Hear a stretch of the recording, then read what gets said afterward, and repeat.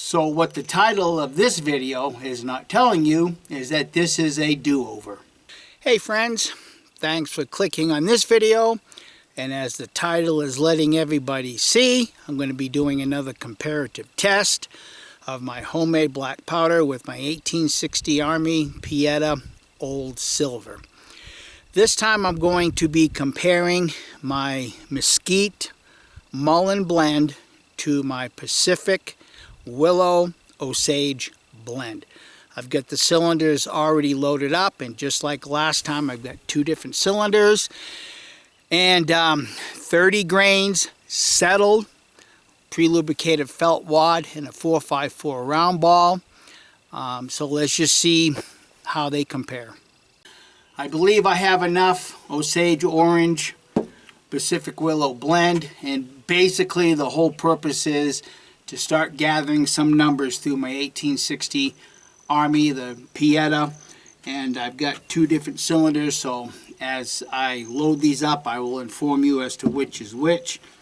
And this time, instead of using a felt wad, I will be using grease or lube over the top of the bullet, and hopefully that won't interfere with the numbers that I'm trying to gather.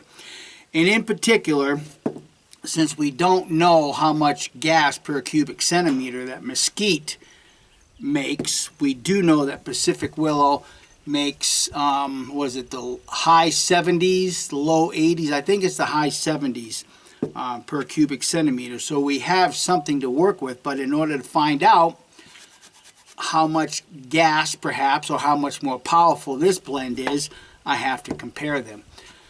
So thank you for following along, and hopefully we can gather some good numbers this time around.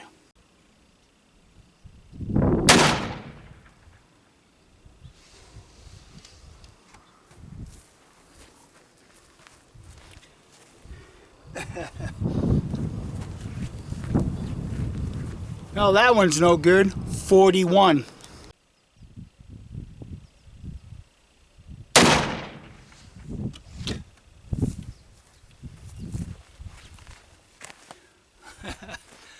.42. So you're going to be able to tell in a few minutes that the breeze is kicking up. It's 10:15 and it's a little cooler than it was the other day. It's only 84 degrees right now. But I'm going to be using RWS 1075 caps just simply because at the Santa Fe Trail Rendezvous this year, 2026, I heard more than a couple of guys complain about that these things are now crap. So I'm going to be using these, and I expect a different result because they're going to be directly on top of the powder charge, as opposed to, you know, going through the nipple and then making that turn into a drum or a snail. But we'll see for sure. All right, I'm going to get my cylinder greased up, and I'm going to start flinging some lead downrange. Hopefully I can get some good numbers. First up is Pacific Willow blended with Osage.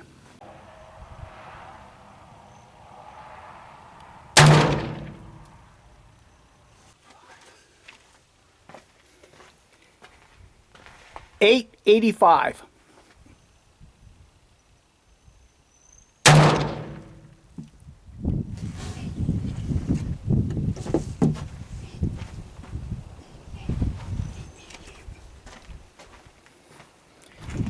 $8.88.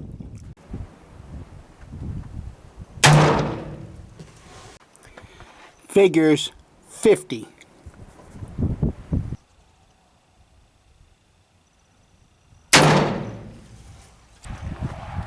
$9.18.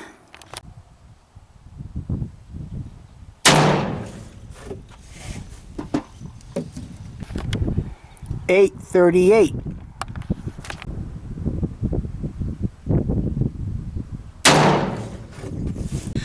So that one was 43, so I'm going to load up two more chambers and see if I can't get better numbers.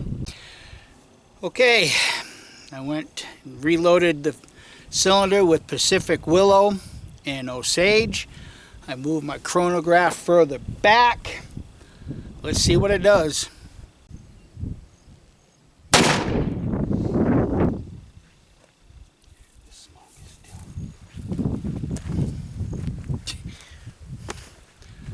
Again, 41. I think the breeze is moving that smoke across my chronograph, and I'm not getting good numbers, obviously.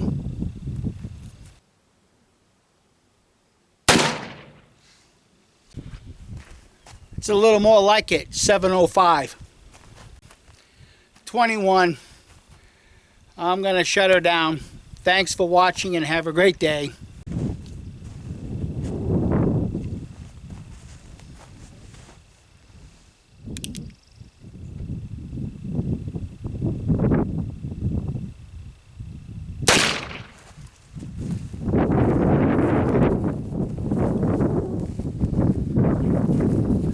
Didn't help. 39. I just moved the chronograph back a little bit because there's grease getting all over the top of the chronograph.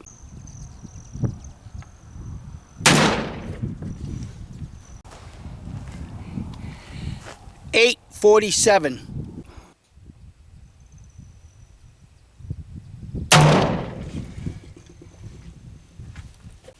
$9.26. So while I load this cylinder up, I've moved the chronograph into the shade, cooled down just a little bit, and we'll see what kind of numbers the Mesquite Mullen blend, how those numbers compare to the Pacific Willow Osage. Well, obviously this is a little discouraging for me because I was hoping to get some numbers that I could write down in my book and use. The wind is not cooperating today. Go figure. But I find this interesting, and I'm kind of glad I'm still doing this, just simply because this wad right here, I found on the ground in front of the chronograph. And on the upper left corner of the chronograph, I found an indentation of the wad. One of the felt wads hit the corner of my cover. So that tells me a couple of things.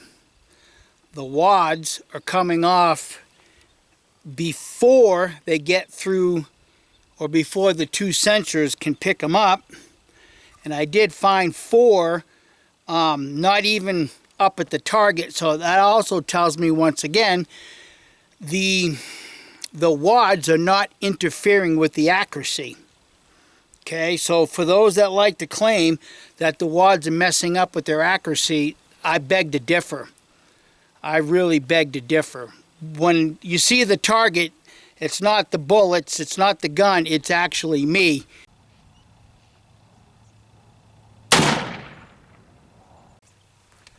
$61. Okay, I flipped the target up so that I can see clearly where these are going to impact. And FYI, I recorded 8 numbers. Even though I got 2 low numbers, the high numbers were still present. So I'll get you 8 numbers on this so we can do a fair comparison.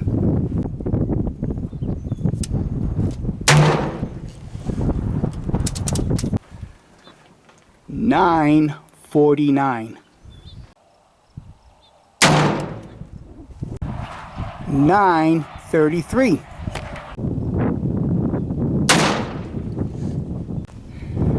$9.39. Just like the last time I shot the Mullen blended, I think it was with the peanut shell, it also shot a little low, but the velocities were great. So I think I'm going to go ahead and just order a Remington front sight and dovetail it in and rework it, because I can't find the bottom pin that holds the plate to the backboard, just simply because I shot it.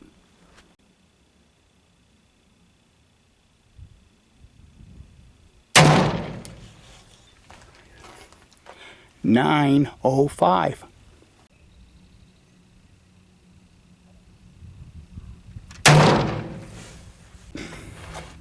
$9.09.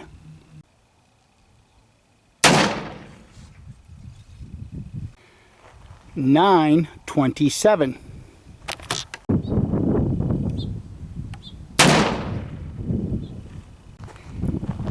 $8.90.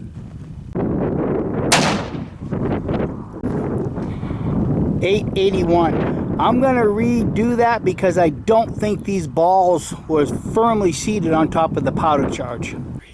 I don't have a target at this point. I've got what I want printed on paper. I'm just going to get these last two numbers.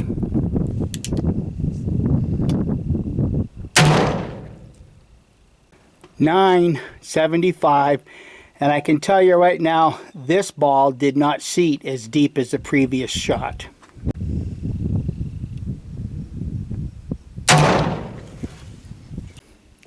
.912. All right, I'll see you in the shop. I'm going to turn the camera towards the chronograph, and you guys can see, hopefully the camera will pick it up, you can see that cloud of smoke going right over the chronograph.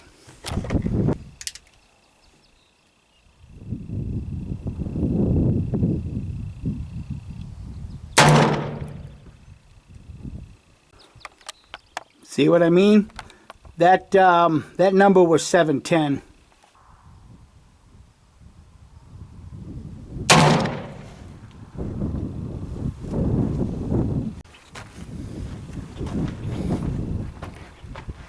.58. Okay, ending time 11:22, and the temperature is right at about 88 degrees. So, how did we do? Well, with the 8 shots, with the Pacific Willow blended with the Osage Orange, the 8-shot average was 889 with a spread of 88. Okay. Then I went and refigured it 2 different ways. The 10-shot average with those 2 800 numbers, I had a 890 and an 881, figuring that into the 10-shot average. The high was 975, a low of 881, average of 921 with a spread of 94. Okay. Then I refigured it by throwing out those 2 800 numbers, giving you the 2 last shots, you know, above 900. 8-shot average was 930 with a spread of 70. So, I can account for those 2 800 numbers because I know that I did not have the ball seated all the way down. I've got some round ball mixed in here that's got a little bit of tin in it, and I suspect that that's the reason why I couldn't get that all the way down, along with a dirty cylinder. But either way, no matter how you figure this, my Mesquite Mullen blend outshot the Pacific Willow Osage blend. So for me, that just confirms that the Mesquite gunpowder, even blended with the Mullen, is producing more gas per cubic centimeter than even what the Pacific Willow is. So for me, that's pretty damn good. The other thing is I didn't have any hiccups with the RWS 1095 percussion caps. Now, I bought these a year ago. I've just been sitting on them. So maybe things have changed over, the course of time, over a year. I don't know. But then again, as I mentioned earlier, the percussion cap is right on top of the powder charge. So there's that. Okay, how does the target look? Well, orienting the target, let's see here, this way. Let's see here, I got to get this right. Orienting it this way. This group right here is the Pacific Willow Osage blend, and obviously it's all within the size of my palm. I've got 2 that nicked the green bullseye, and then I flipped the target around to do the Mesquite Mullen, and it's the target right here. And as I mentioned, with the higher velocities, this gun is shooting lower, and one of the pins holding the target to the backboard was right here, and I shot through that. And I know it's not going to be perfectly seen, but I obviously have got 2 right here, and when I hold this one right here flat, you can see that it appears that there was 2 round ball that went pretty much in that same hole, because the hole is not perfectly round, such as this one is. I don't know how well the camera's picking it up, but if you look real close, you can see this hole right here is perfectly round. This one right here, right there, and then this one right here is not perfectly round, and you can kind of see that there is a little bit of a lead drag mark on that. But either way, you know, I'm not banking on accuracy at this point. I just want to collect some numbers just to help confirm what I already suspect about honey mesquite. Whether it's a single source charcoal or whether it's blended, it's a pretty powerful gunpowder. So I've got those numbers recorded in my book right here, and now, as you all know, I have a revolver to go clean with a spare cylinder. So I want to thank everybody for watching this, and if you glean something from this, I hope that you'll give it a thumbs up and share it with your bestest of buds. And if you have not already subscribed, well, why don't you consider subscribing? But you know, this channel is not monetized, so my work here is not based on making money off this channel. So anyhow, thanks for watching, and everybody have a great day. Bye.